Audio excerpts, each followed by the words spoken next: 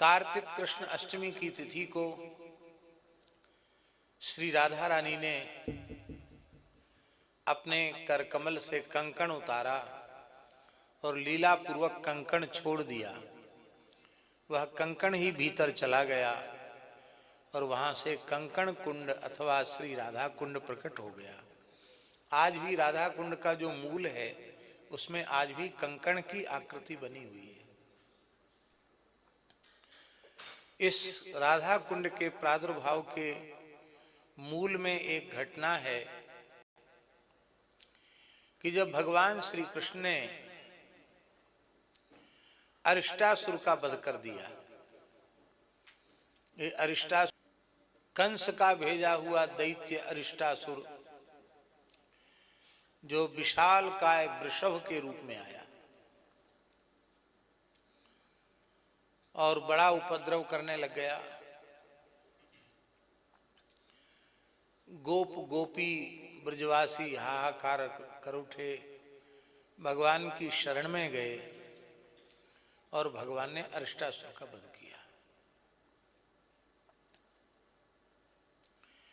ठाकुर जी के संग के सखा बोले, अरे कन्हैया तेने ये कहा कियो, तेने बैल मार दियो, वृषभ तो धर्म को स्वरूप होए और तेने वृषभ मार दियो तो हत्या लगी। अब तू हमते दूर रहे, हमारो स्पर्श मत कर, तेरो बहिष्कार।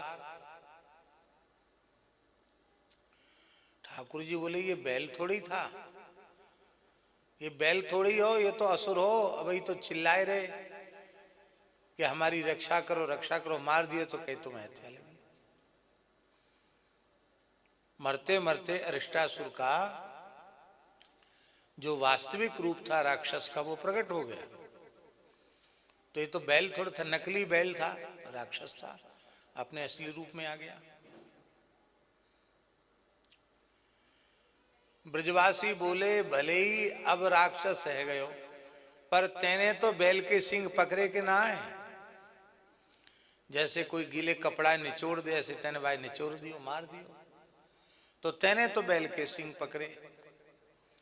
ठाकुर जी के मन में आया कि कितनी बढ़िया बात हमारे सखा कह रहे हैं। गो भक्ति की स्थापना के लिए हमारा कृष्णावतार हुआ। हम यदि प्रायश्चित नहीं करेंगे तो आगे लोग कहेंगे कि जो मरखना बैल हो वो तो राक्षस है, वाकु तो श्री कृष्ण ने मार दियो, बैल मारवे में कहा दोष। इसलिए ठाकुर जी ने कहा कि ठीक है तो प्रायश्चित बता। बोले, त्रिवेणी नहा के आओ, सब तीर्थों में स्नान करके आओ। बोले, हम चले। अब अपनी लुटिया डोरी लेके चले तीर्थ यात्रा के लिए। ब्रजवासी रोवे लगे, आपके वियोग को हम सहन नहीं कर सकते। तब श्री ठाकुर जी ने, जहां श्री राधा कुंड है उसके बगल में ही श्याम कुंड है, भगवान ने अपनी वंशी से भूमि का स्पर्श किया, कुंड प्रकट किया और समस्त भूमंडल के तीर्थों का आवाहन किया। तो सब तीर्थ अपने अपने स्वरूप में आए, अपना नाम बताया, अपनी महिमा बताई और भगवान को प्रणाम करके सब जल रूप हो गए। संपूर्ण भूमंडल के तीर्थ आए, प्रयाग भी आए, सब आए। अब तो ब्रह्मा जी, शंकर जी, विष्णु भगवान, इंद्रादि देवता, सप्तर्षि सब स्नान करवे लगे। वाके पीछे ब्रजवासन ने स्नान किया। राधा रानी स्नान के लिए चली तो श्री ललिता जी ने कही कि जय जय स्वामिनी जू, या में तो प्यारे ने अपनी हत्या को पाप धोयो है, ये आपके स्नान के योग्य नहीं है। आप तो अपने नाम से एक तीर्थ प्रकट करो। महावाणी जी में श्री हरिव्यास देवाचार्य जी ने कहा है, श्री राधा रानी के लिए निज सहचरी इच्छा अनुसारिणी। क्या कहा? इच्छा अनुसारिणी, अपनी सहचरियों की इच्छा का अनुसरण करती हैं राधा रानी। तो श्री जी ने मुस्कुराते हुए अपना कंकण हाथ से उतारा और भूमि से स्पर्श कराया, तीर्थ प्रकट हो गया। फिर एक उत्सव किया, श्री कृष्ण नाम रूप लीला कीर्तन करते हुए मानसी गंगा से कलश भर भर के लाई और राधा कुंड में स्थापित किया। वो आज की ही तिथि, जलधारा तो प्रकट हुई ही, ऊपर से एक उत्सव किया कि मानसी गंगा के जल से उसे पूरित किया। और जब राधा रानी ने, तो आज प्रातः काल तो आज प्रातः काल की वेला में तो राधा कुंड का प्राकट्य है और ये उत्सव चला रात्रि को 12 बजे तक। अर्धरात्रि पर श्री किशोरी जी ने इसमें प्रवेश करके स्नान किया सहचरियों के सहित। तब से राधा कुंड की महिमा इस ब्रह्मांड में सर्वोपरि हो गई। इस संपूर्ण धरती पर सबसे पवित्र क्षेत्र है ब्रजमंडल, क्योंकि ये धरती नहीं है, ये शेष जी के मस्तक पर नहीं है।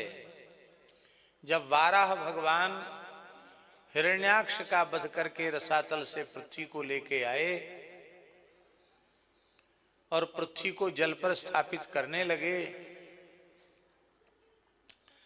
तब पृथ्वी देवी ने वाराह भगवान से पूछा कि प्रभु, मैं तो आपके दाढ़ों पर विराजमान हूं, पर ये भूखंड कैसे अलग से प्रकाशित हो रहा है? ये क्या है? ये भूमि कहां से आई?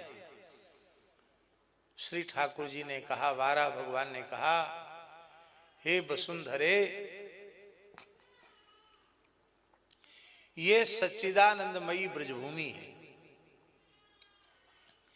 इसका महाप्रलय में भी नाश नहीं होता है। ये हमारी नित्य विहार स्थली है, नित्य लीला स्थली है, नित्य रास स्थली है। तब फिर वृंदावन का महात्म्य पृथ्वी ने पूछा और वाराह भगवान ने